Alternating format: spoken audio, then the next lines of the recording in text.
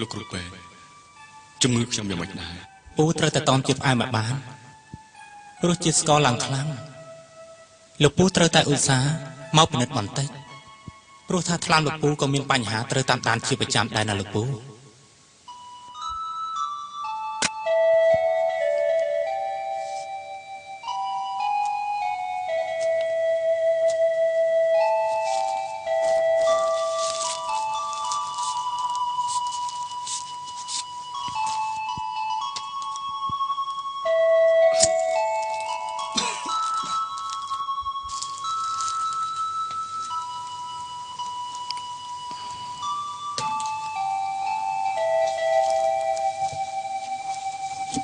អូនសម្លាញ់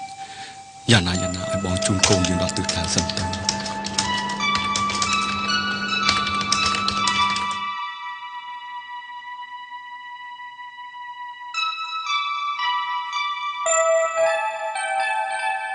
ជីវិតបងមិនស្ដាយទេតែអនាគតរបស់កូនយើងវាសំខាន់ខ្លាំងណាស់ជួយគេផង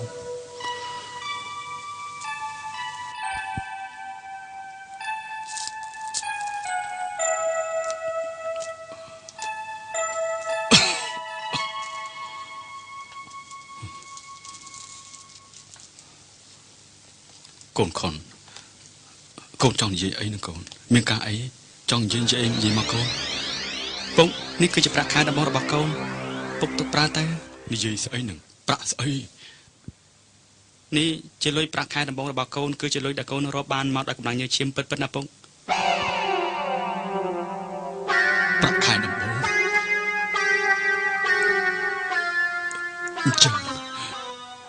អញ្ចឹងឯងអត់បានទៅរៀនទេកូនសុំគេព្យួររៀនមួយឆ្នាំសិនចាំក្រោយពេលដែលបងធាគាត់ត្រឡប់មកវិញចាំកូនចូលរៀនវិញប៉ុន្តែឥឡូវកូនសុំជូនពុកកូនមិនក៏ឯងថ្លើមធំម្លេះហ៎ពុកប៉ុណ្ណឹងបានហើយពុកគ្រាន់តែកូនចង់ជួយពុកតារឿងអីក៏ពុកខឹងដល់ម្លឹងយើងឲ្យឯងទៅរៀនទៅឯងកុំចេះជាងយើងចេះឪឯងយើងដឹងថាយើងត្រូវធ្វើយ៉ាងម៉េចល្អអាក្រក់ហើយហេតុអីក៏ឯងហ៊ានទៅព្យួររៀនមិនប្រាប់អញមួយម៉ាត់ចឹងអាខុនពុកតាមពិតបងមានបំណងល្អតាសូម្បីតែខ្ញុំក៏ចង់ជួយពុកដែរខ្ញុំគិតថាចង់រៀនច្រៀងដើម្បីបានកម្រៃខ្លះជួយពុក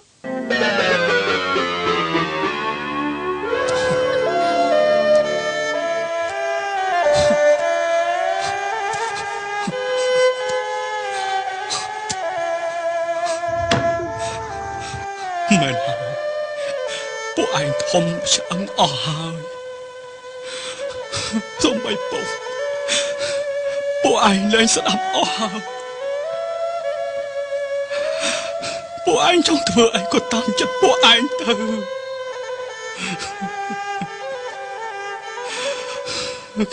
ខំរត់ធ្វើអីទៀតបើពួកឯងលែងត្រូវការពុកទៅហើយនោះជីវិតក៏អត់ន័យដែរ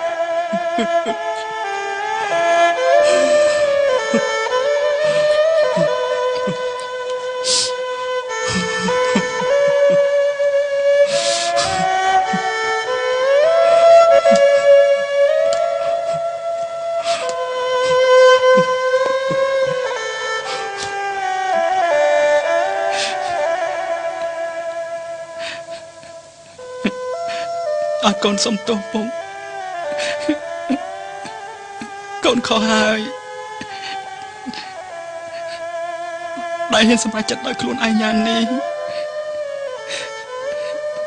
តែកូនសុំសន្យាថាកូននឹងចូលរៀនវិញពុកកុំខឹងកូនណាពុកល្អប្រៀបដូចច័ន្ទពេញបូរមី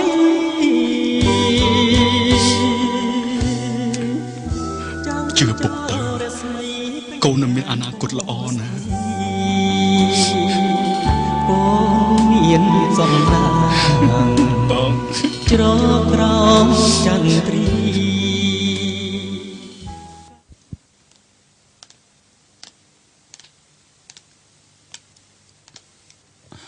នេះយកទៅចាឲ្យមកអីគេទូរស័ព្ទ ស្អីគេនេះ អត់ដឹងផង ណែ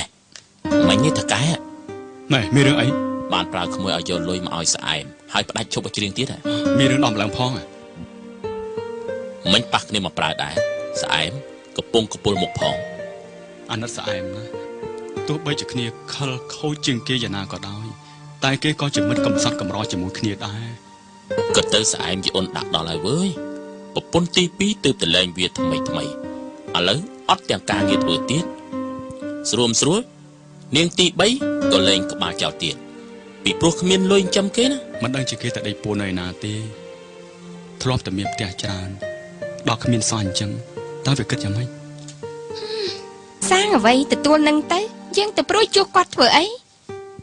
មែនហើយក៏ទៅបងឯងដូចជាមានសំណាងជាងគេ មានសំណាង មានសំណាងដោយសារកូននឹងណាបងឯងឥឡូវចិញ្ចឹមបីបាច់ថែរក្សាពួកវាដល់ត្រើយវានឹងចិញ្ចឹមបងឯងវិញនេះមិនហៅថាចាស់មានសំណាងទេ សូមឲ្យដូចពីឯងឋានតចរ ឮថាស្អែកកូនបងឯងត្រឡប់មកវិញមែនទេ ឯងនេះប៉ិនដឹងរឿងច្រើនណា ខ្ញុំជួយអបបងលែងពិបាកទៀតហើយមិនកុំភ្លេចពួកខ្ញុំឲ្យសោះណា មែនហើយខ្ញុំជួយបន់ឲ្យបងបានដូចបំណង ដល់ម៉ោងធ្វើការ មែន តោះ ហើយ ពួកយើង តោះ ស្រីស្រងភ្លេងស្រីស្រងភ្លេងមានតែរូបស្រីដែលខ្ញុំต้องប្រាថ្នាចិត្តនឹកដល់ស្នេហាតែធីតាក្មេងស្រីស្រងភ្លេងស្រីស្រងភ្លេងពេលញ៉ាំពេលគេងតែនឹកឃើញដល់ស្នេហ៍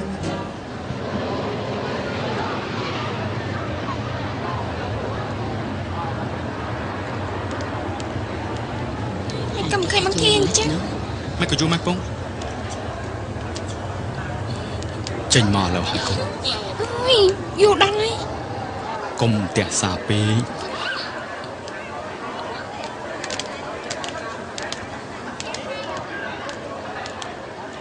អូពុក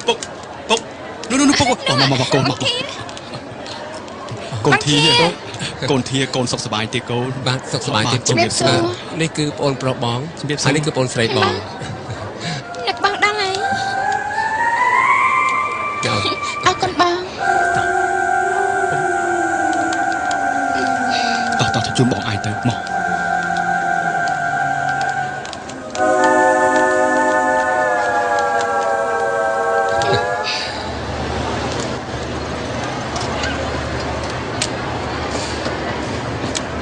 កូនធា បាទពុក ឲ្យពុកសុំអបកូនមួយមក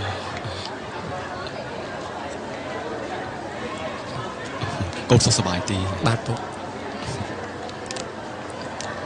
ខ្ញុំចង់ឲ្យពុកផ្ទះផ្អើល ជំរាបសួរ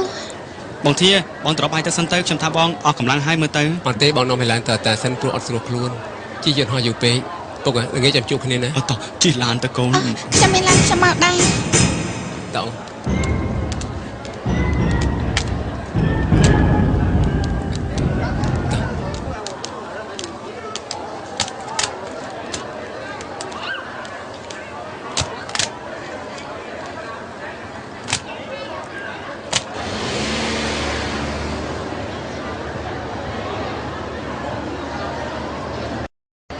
បើអត់ជិះឡានកដែលខំជួលឡានតាក់ស៊ីអស់$10ស្ដាយលុយ ពងជើងត្រឡប់ទៅវិញទៅលងយាយគាត់ពិតជាមកជួបជើងហើយ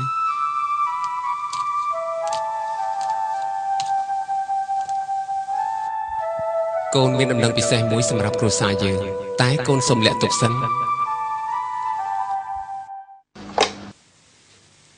អាឡូ អាឡូអូនស្រី បងប្រុស ណែណាហ្នឹង អូនnakបន្ទប់អូនតែបង ចាំមិនទៅហើយទម្លាប់បានក៏អត់ហ្នឹង ចាអត់អីទេក៏ប៉ុន្តែចាំមិនទៅឲ្យបងរឿងដែលខ្ញុំបានពឹងពាក់បងប្រុសនោះ អូនឯងកុំភ័យពេកសម្រាប់សិនទៅបងចិញ្ចឹមអូនឯងរស់បានតា អត់ទេបងប្តីរបស់ខ្ញុំគាត់អត់ត្រូវការអញ្ចឹងទេ រឿងនឹងបងនិយាយលេងទេតាមពិតបងរកប៉ោះឲ្យគេបានមួយរួចហើយណែ ថាម៉េចប៉ាត់មែនទេបង មែនណា អរគុណណាស់បងតែពេលណាខ្ញុំអាចជួបបងបាន ល្ងាចនេះ ល្ងាចនេះហ៎ ល្ងាចនេះនាំគេមកឲ្យស្គាល់បងផងណា ចាអរគុណណាបងជួបគ្នាល្ងាចណាបាយបាយ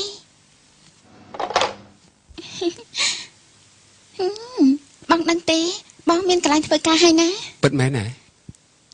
មែនណាបងប្រុសទូរស័ព្ទមកប្រាប់មិញហ្នឹង គាត់ថាម៉េច បងមិនបាច់ព្រួយទេគាត់បានទុកប៉ុស្តិ៍មួយកន្លែងសម្រាប់បងហើយ អូពុកសប្បាយចិត្តហើយល្ងាចនេះ យើងទៅញ៉ាំបាយជាមួយបងប្រុសខ្ញុំបានណាត់រួចហើយនឹងបានណែនាំឲ្យគាត់ស្គាល់គ្នាជាមួយបងទៀតផងចាំម៉េចបងអត់សប្បាយចិត្តទេអូខេ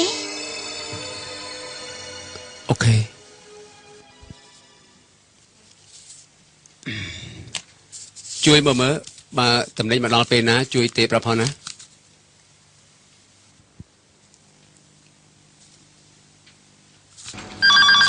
នៅកន្លែងកយមានតែមិនអីយកឲ្យគេឆៃផងអូខេចាំបានអាឡូបងសំឡាញ់ អូនសំឡាញ់ នៅណាហ្នឹង បងនៅអอฟហ្វិសហ្នឹងណា យ៉ាងម៉េចទៅហើយអอฟហ្វិសដែលអូនរៀបចំឲ្យពេញចិត្តទេ អត់អីទេអូន ទេអត់ចូលទេ អត់ចូលទេ អរគុណ ដែលបានរៀបចំអอฟហ្វិសឲ្យបង ចុះការងារយ៉ាងម៉េចដែរទៅរួចឬអត់ គ្មានអីទេគ្មានបញ្ហាអីផង អញ្ចឹងខិតខំធ្វើការណា បងខំធ្វើការហើយណាអញ្ចឹង ល្ងាចជួបគ្នាអូននៅចាំបង អូខេបាយអូនសំឡាញ់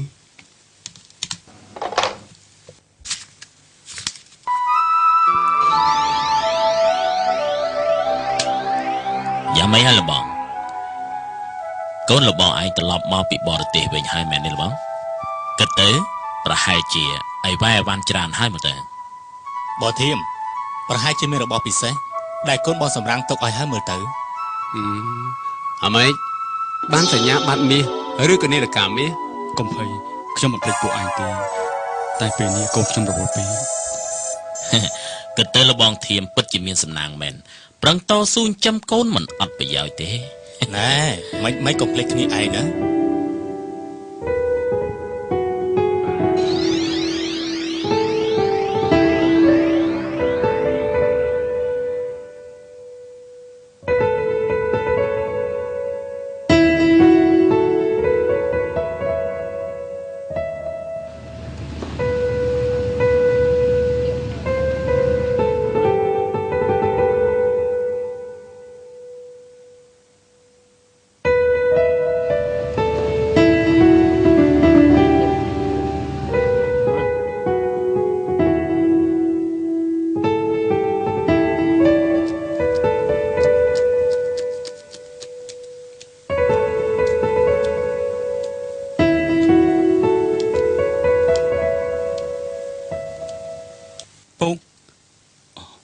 ខុនទេ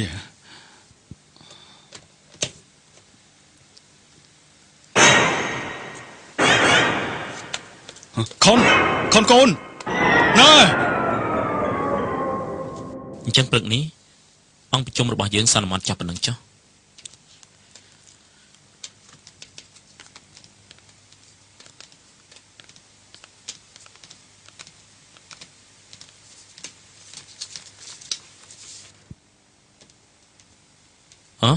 សុធា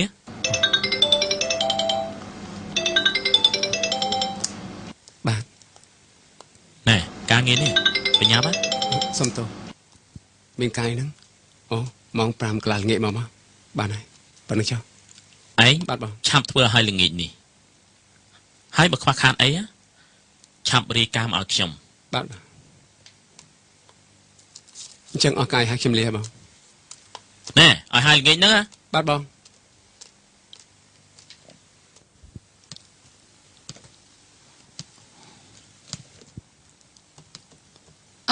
លោកម្រកលោកប្រធានមែនទេ បាទ គាត់កំពុងតែជាប់ការងារអញ្ចឹងលោកអញ្ជើញអង្គុយរងចាំគាត់សិនទៅ បាទ សូមអញ្ជើញលោក បាទ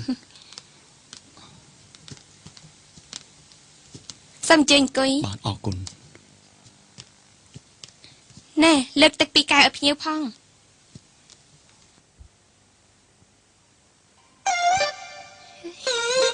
នេះខ្ញុំប្រាប់រឿងមួយអ្នកទាំងពីរមកជួបលោកសធា មិនក៏ឯងដឹង គឺអ្នកនៅខាងក្រៅគេប្រាប់ឲ្យខ្ញុំដឹងហ្នឹងណា ណែមានរឿងអីហ្នឹង ទៅ សុធាន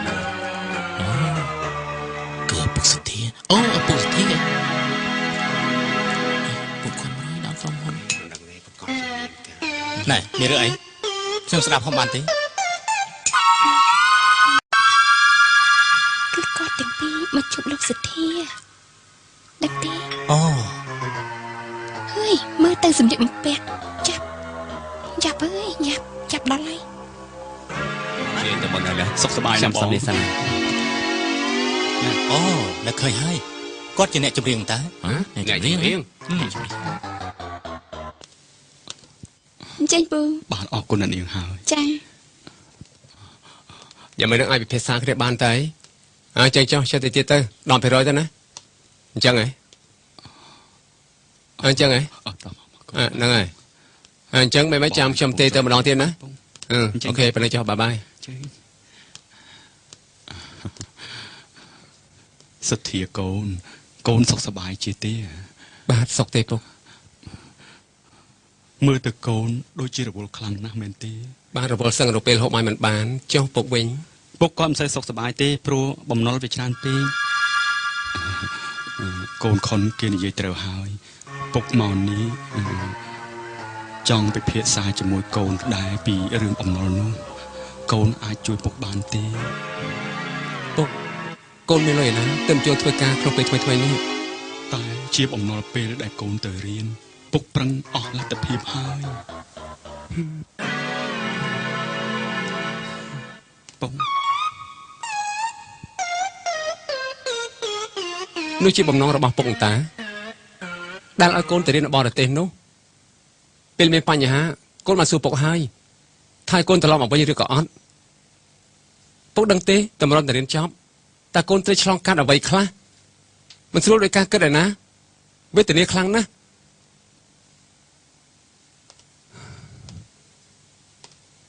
ពុកត្រូវយល់ថាពុកក៏មានការពិបាកឯកូនក៏មិនងាយស្រួលដែរបងធាបងឯងកូនខំត្រូវហើយការពិតទៅការឲ្យកូនទៅរៀនសូត្រជាតួនាទីរបស់ពុកដែលពុកត្រូវគិតពីអនាគតកូនអញ្ចឹងហើយពុកក៏មិនគួរមករំខានកូនក្នុងពេលនេះដែរតែឥឡូវនេះពុកអស់លទ្ធភាពអស់សមត្ថភាពហើយពុកទៅលេងរួចហើយកូនអញ្ចឹងពុកគិតថាខ្ញុំមានសមត្ថភាពនិងមានលទ្ធភាពដល់បំណុលនោះហ៎ត្រូវហើយពុកគាត់កូនខំគឺចេះទេមកពីពុកឃើញកូនមានការងារធ្វើហើយបានជាពុកនឹងចង់ឲ្យកូនរំលោះបំណុលខ្លះទៅចាប់តាំងពីពេលនេះណាកុំឲ្យការនឹងវាធ្ងន់ខ្លាំងពេក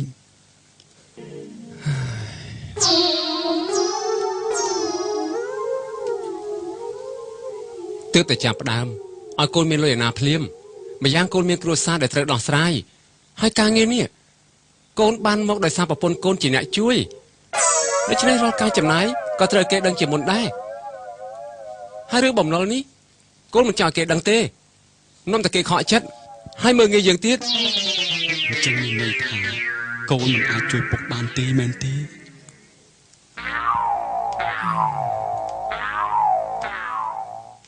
ពុកមិនមែនថាកូនមិនចង់ជួយពុកទេតែកូនត្រូវការពេលវេលាមួយដ៏សមរម្យនោះកូននឹងជួយពុកភ្លាម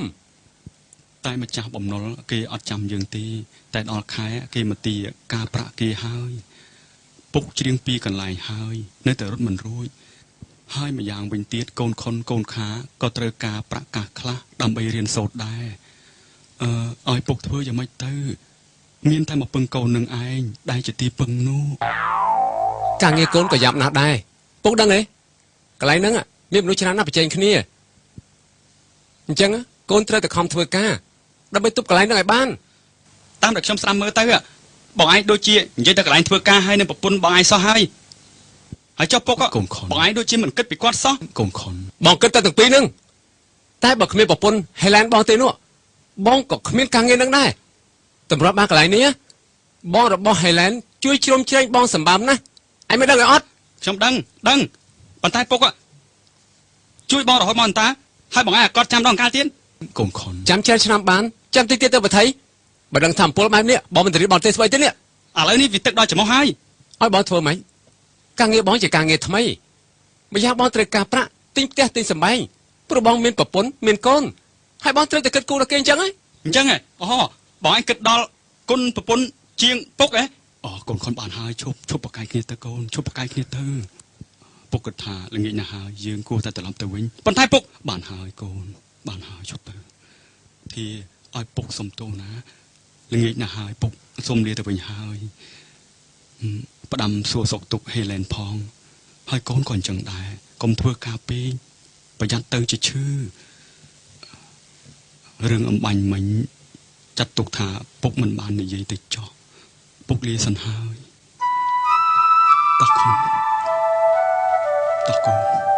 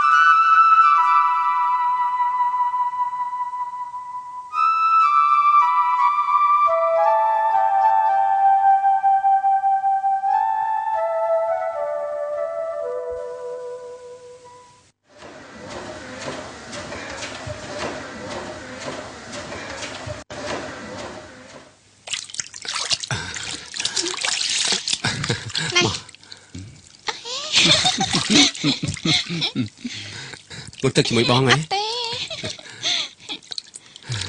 ចូលកែមួយ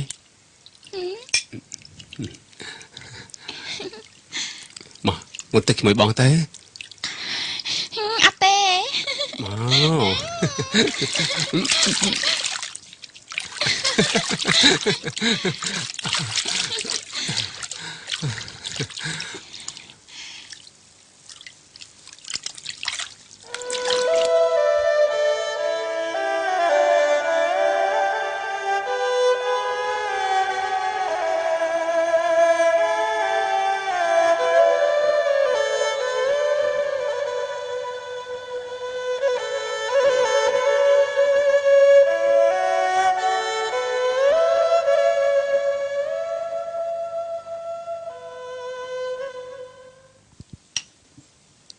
មកជួយអង្គុយបងជួយ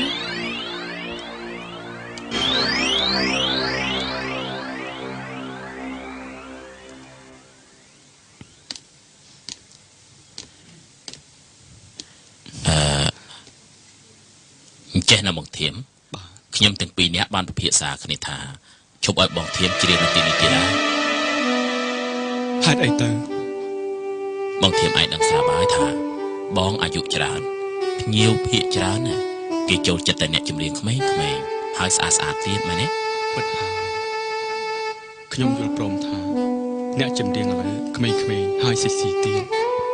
ក៏ប៉ុន្តែភ្ញៀវខ្លះក៏នៅចូលចិត្តបោះចាស់ដែរតាប៉ុន្តែភ្ញៀវដែលចូលចិត្តបត់ពីដើមច្រើនតែជាមនុស្សចំណាស់ហើយនេះដោយសារយល់បងជាមនុស្សចាស់ទើបខ្ញុំអញ្ជើញបងមកពិភាក្សាមុន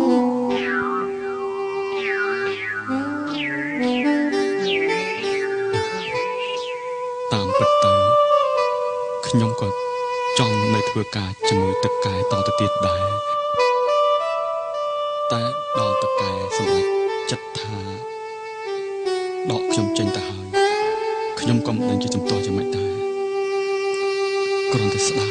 អញ្ចឹងឲ្យខ្ញុំធ្វើយ៉ាងម៉េចទៅខ្ញុំគិតថាខ្ញុំច្រៀងផងលេងហ្គីតាផង ហើយយកថ្លៃដដែលតើយ៉ាងម៉េចដែរ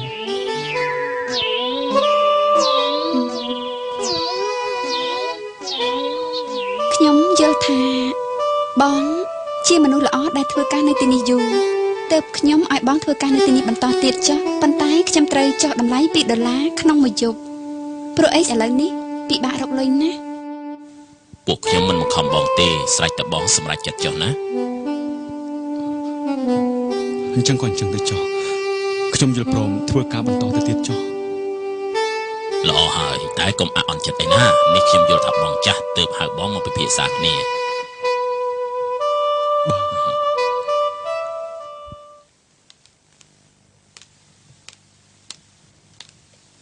ចាំមិនដែរលោកសធាការងាររបស់លោក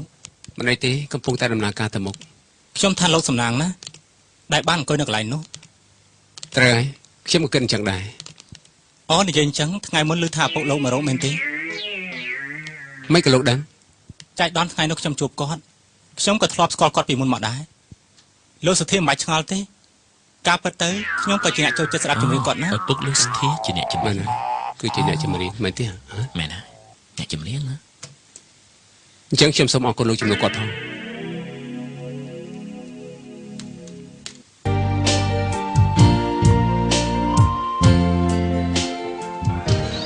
ខ្ញុំក៏ធ្លាប់ស្គាល់គាត់ពីមុនមកដែរលោកសធាមិនបាច់ឆ្ងល់ទេការពិតទៅខ្ញុំក៏ជាអ្នកចូលចិត្តស្ដាប់ចម្រៀងរបស់គាត់ដែរ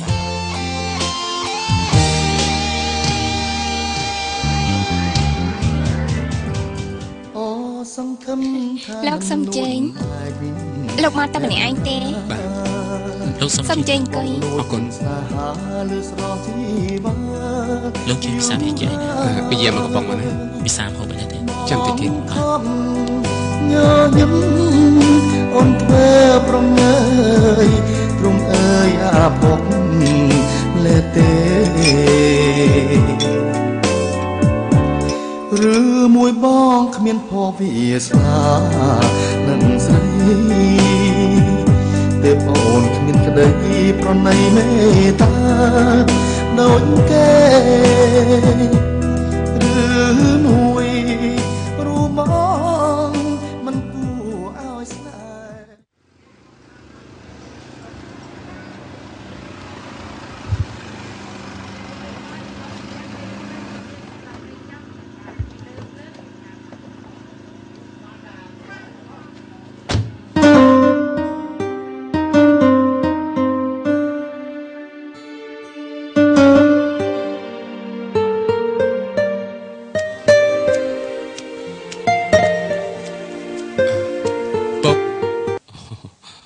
កូនធាទេយ៉ាងម៉េចកូនសុខសប្បាយជាទេមកអង្គុយមកកូន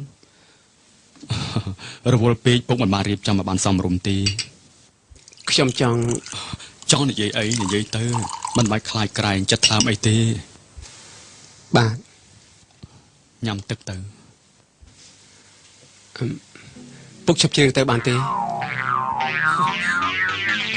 កូនធាកូនថាមិនខ្ញុំគិតថាពុកល្មមឈប់ច្រៀងហើយពុកច្រៀងយូរណាស់មកហើយម្យ៉ាងពុកក៏ចាស់ណាស់ហើយដែរឈប់មិនបានទេកូនព្រោះវាជារបរយូរយារណាស់មកហើយដោយសារតែរបរនេះពុកចិញ្ចឹមគ្រួសារបានរស់រានរហូតមកដល់សប្តាហ៍ថ្ងៃនេះខ្ញុំគិតថាបើពុកឈប់ច្រៀងណាខ្ញុំជួយពុកជាប្រចាំខែវិញនេះនាំតែកូនពិបាកទេពុកត្រូវការលុយច្រើនណាស់ព្រោះបងប្អូនឯងគេត្រូវការលុយជាចាំបាច់ដែរដើម្បីរៀនដើម្បីរស់តែខ្ញុំមិនខ្មាស់គេនៅពេលដែលលើគេនិយាយថាពុកចាស់ហើយនៅតែជ្រៀងទៀត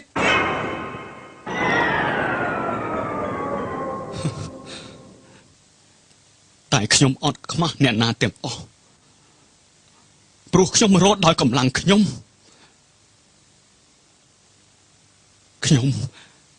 មិនបានឆក់ប្លន់ឬកេងប្រវាញ់អ្នកណាទាំងអស់ព្រោះវាជារបស់សុចរិតខ្ញុំដឹងតែខ្ញុំក៏មិនពេញចិត្តដែរ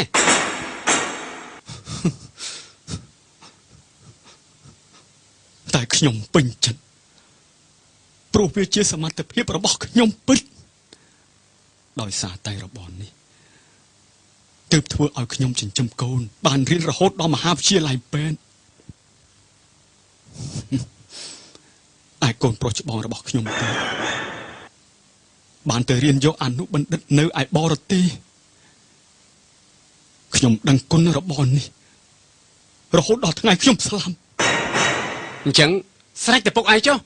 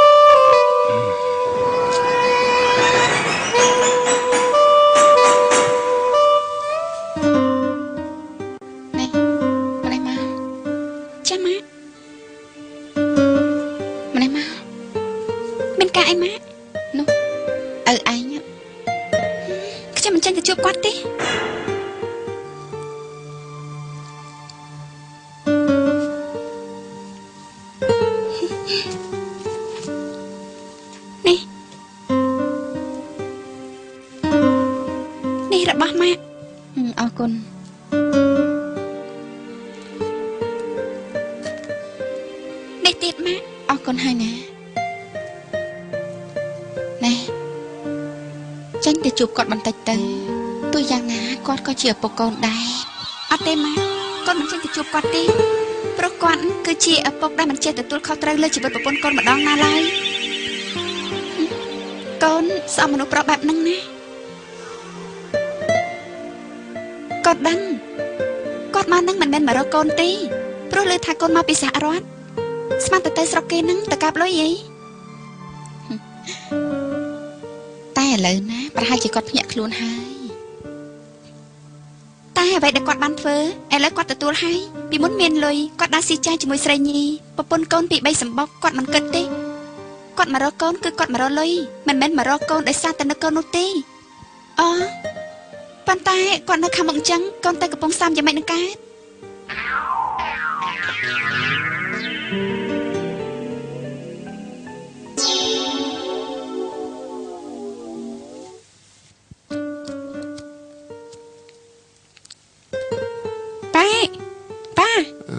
នេះលុយ100000នេះប៉ាអញទៅវិញតើអីបងឯងទៅមកពីអាមេរិកហើយបាទគាត់មកឥឡូវគាត់ទៅផ្ទះពួកម៉ាក់គាត់បាត់ហើយហើយស្មានមកវិញទៅខ្ញុំអត់ដឹងផង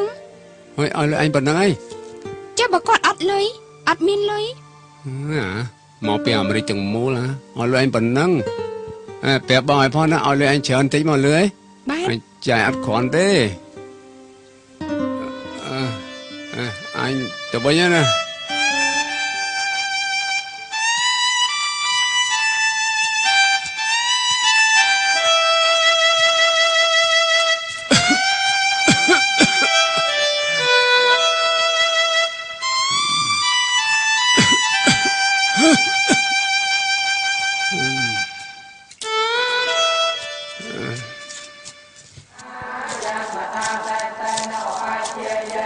មិនទៅយំពេទ្យ